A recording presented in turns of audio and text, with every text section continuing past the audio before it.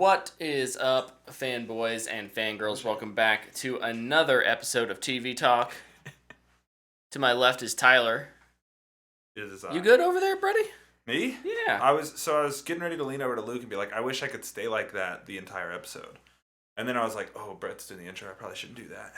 So I appreciate you not interrupting me. For the entire episode, but I decided against it. To my left is the wonderful Mr. Luke. Howdy. I feel like my chair's sitting way lower than your guys', so I'm short. Get up here, Tyler. Get on up! Well, yeah, today we're here to chat about The Last of Us, Episode 7, Left Behind. Are you sure it's not Episode 5? Nope, no, I'm not. Okay. I trust no one. Luke, I trust Luke when it comes to the episode number and episode name. You know, I appreciate that. But I don't trust myself, that is for sure. So, I thought it was Episode 5. What do you guys think about this episode? This was not in the original game. This episode is based off of a DLC, correct? Yes. Having played the DLC, what do you guys think? Yes. Yes. You're correct, Tyler. Yes. Yes. Next question. No, in all seriousness, it was a really, really good episode, and it was extremely faithful to that DLC. Down to the Dawn of the Wolf Part 2 posters, which was awesome. Yep. No, it was... There's some really cool, like, side-by-side screen grabs that are kind of floating around the internet. Go check those out. It was a really, really well-done episode. Extremely faithful to that DLC. And also, this is a weird thing to say, it felt like it was paced about the same, too. Which I thought was interesting because the DLC is obviously longer, but in terms of like the just the flashback, kind of the flashback and like the way you kind of were fed the story, like it felt almost identical to how they did it in the game, which was cool. Because in the game, you're also going through them all again. Yes, as like looking for medicine for Joel. Correct. Who is on the verge of death. Correct. Instead of just the house, which was fine. You don't need to have her exploring everywhere. I think the emphasis is on the flashback. Yeah, right. I think the amount of story you get in the flashback is way more beneficial to the overarching story than what you get in the present day mall walkthrough shoot 'em up thing. That's the video game part of it. Yeah. It's like you need to shoot stuff. Search for these items and shoot bad guys. Yeah. Whereas like the flashback is more of like I hate calling it a walking simulator, but that's kind of what it is. You're walking through and you're experiencing like little things with Riley. It's really cool. They did a very good job.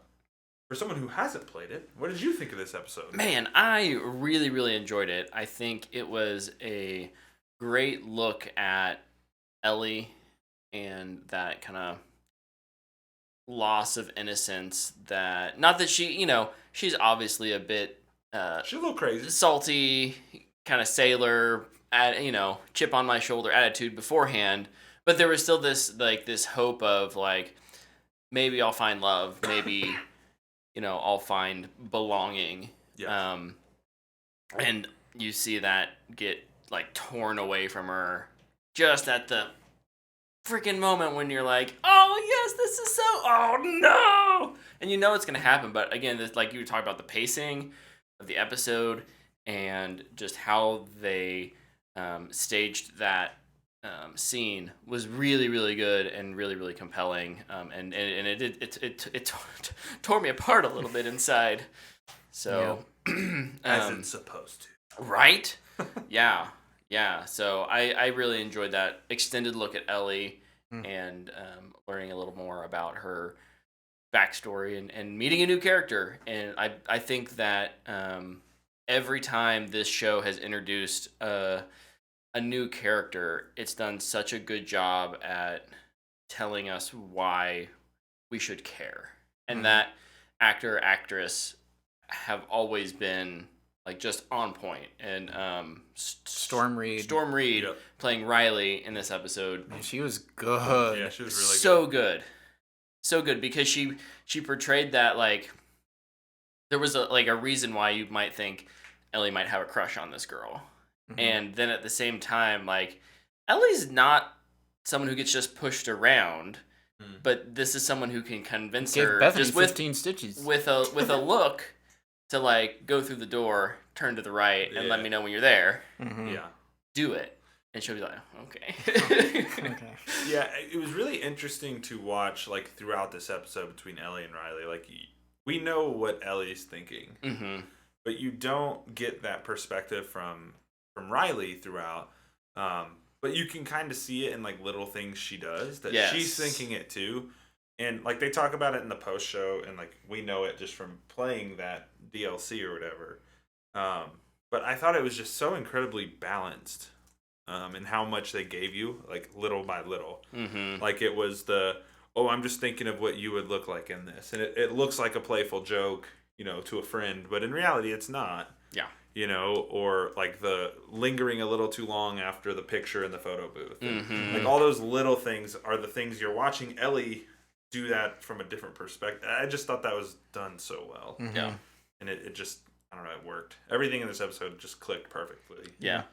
I loved the performance, obviously, but like just like at the end, they've been bitten now, and I just love the complete opposite reaction they have. Yes. And we've seen this side of Ellie a little bit, where she has a little bit of an anger problem, and that will also evolve. But the complete opposite from Riley's character of just like, I'm dead. This sucks. Yeah. And like it's super emotional part in the game, and here they it's pretty much spot on what they do, where we can just make it super poetic and just do it together.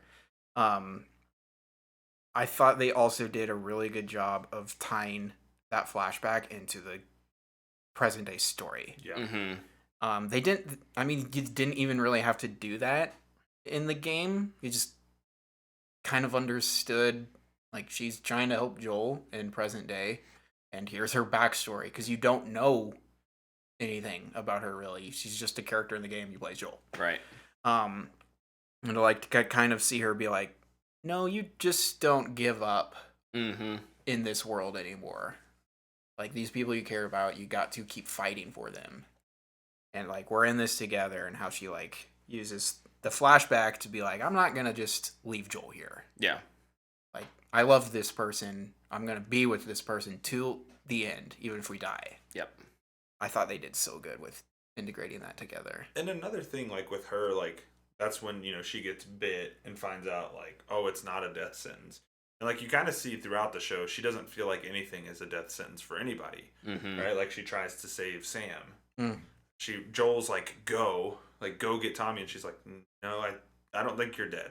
Like, you're not dying here. Yeah. Even before you really kind of realize, that parallel. In her mind, like, nobody's ever gone. Like, she always thinks she can get him back. Even with Riley going away and then coming back. Like, in her mind, she has this idea that you're not dead until you're dead in front of me.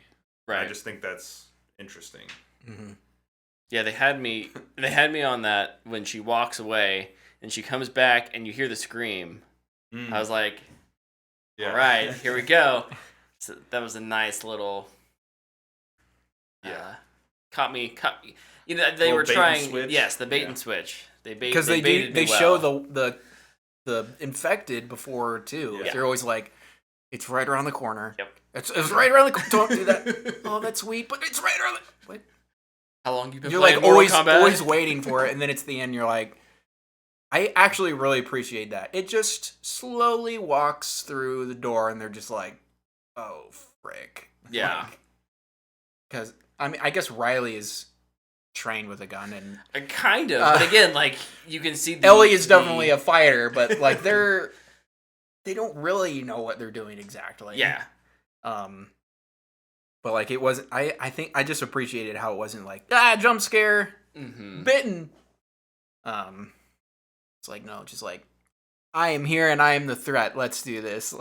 I also really appreciate, now this is like the 4th or 5th time we've seen someone get bit, and it's never like that big, like, like it's always this they're subtle, getting their tendons ripped out of their throat. It's always this subtle like,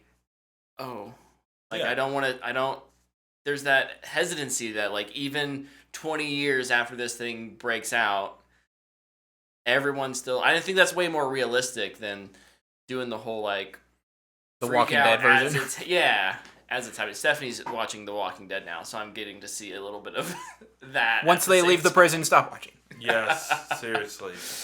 But Up to that point, it's really good. The other thing I wanted to mention that I think is an interesting parallel, Riley's attitude towards death.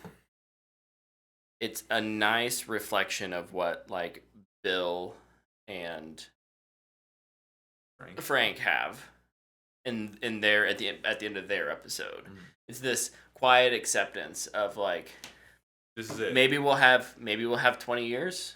Maybe we'll have 5 more minutes. But like, we have it together. Go on our terms. Yeah. Yeah. Which I thought was really sweet. Yeah. It's really good. This episode feels like it ties everything together in a weird sort of way. Like it's this connective tissue episode. Well, I think much like the game, the show has been primarily from Joel's point of view. And so Ellie has been a little bit of a mystery box, just in terms of like, okay, we know her personality, we don't know why she is the way she is. And this was the episode that is like, okay, here's why she is this way. Mm-hmm. Which in the game you don't get till after you've beaten the game. Mm-hmm. Yeah. So here, getting this before the conclusion, my guess is, because it's a different medium, obviously, we'll have even more connection to Ellie and empathy towards her situation. For those of us who haven't played the game, in the game, I'm sure you get more of story and stuff kind of injected in throughout gameplay, banter that and plus kind of connects you. In the next mission in the game or whatever, next chapter in the game, you play as Ellie. Yeah. Oh, okay. Yeah. So Joel's at the house. Yeah, that makes sense. Yep. We also got to see kind of like the look ahead for next week. Yes. And Troy Baker is in it. We now know who he is, kind of. A character from the game? He voiced Joel. No, sorry, I know he voiced Joel, but who's his character? The character he's playing, is he a character in the game as well? Okay. Yes. Not like a huge one, but but probably a lot bigger in the show, honestly. I believe so. Yeah. So that's cool. There was pictures of him, like obviously in the winter season. Mm-hmm. Now it's cool to actually get to see him be there. And I'm really curious when we're gonna see Ashley Johnson. That's my question now too. I think in finale. Yeah. As like a cold open. Either that or I'll tell you after this. Because I think it's been guessed. I don't know if it's been released who she's playing. It's been pretty well guessed though. Speculated. Yeah. And I guess I won't say for the people that don't know, but me. I'm the people who don't know. Okay. You guys can have a conversation later. Yeah. I don't want to ruin something if somebody doesn't want to. But overall, I think this episode continues the trend of just a phenomenal show. Yeah. And I was telling Luke that before you came in earlier. I was like, another great episode. It just kind of feels like this is the expectation. Yeah. Obviously, we've felt like it's really good. It's maintained that level of quality all the way throughout. I don't expect it to dip.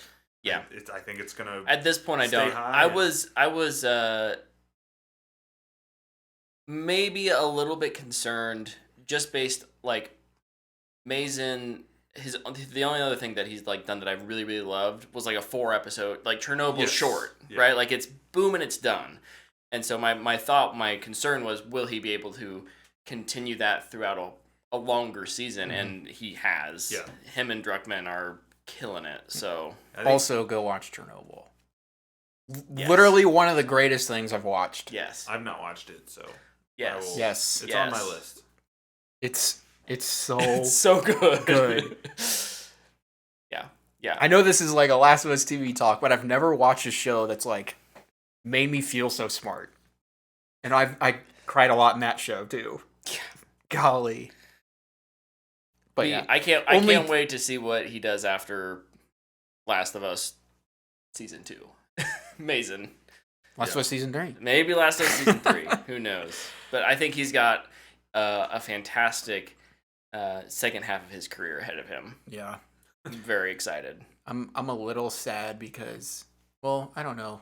A little, but also barely at all, kind of. I don't know. Yeah. I don't know what I'm trying to say. Yeah. No? Only 2 more Sunday nights of yes. crying. I'll tell you what, this is probably the only show I've ever watched. I guess it helps because, like, I binged Chernobyl. Mm-hmm. I probably would have done it for that one, too. But after just every episode, I just sit there and I think. Because I'm just like, man, that was tough. Mm-hmm. And I've played the game. I know what happens. Yeah. Like, but the show ends, the credits roll, the behind the scenes happens, and I just sit there and I'm just like, man, yeah, that was good. Yep. Why was it good? This. I feel like I don't do that a lot. I finish a lot of shows and I'm like, that was fun. Anyway, let's go play video games or, watch another thing. Yeah. Yeah. One thing, I guess, before we pack this one up, they did a good job in the post show going like with the set decorator. The set for this, like the mall, was awesome. Yeah, fantastic. Yeah. And it was really interesting too. This is one of the smaller episodes in terms of like number of people. Yeah. There's not a lot of people in it.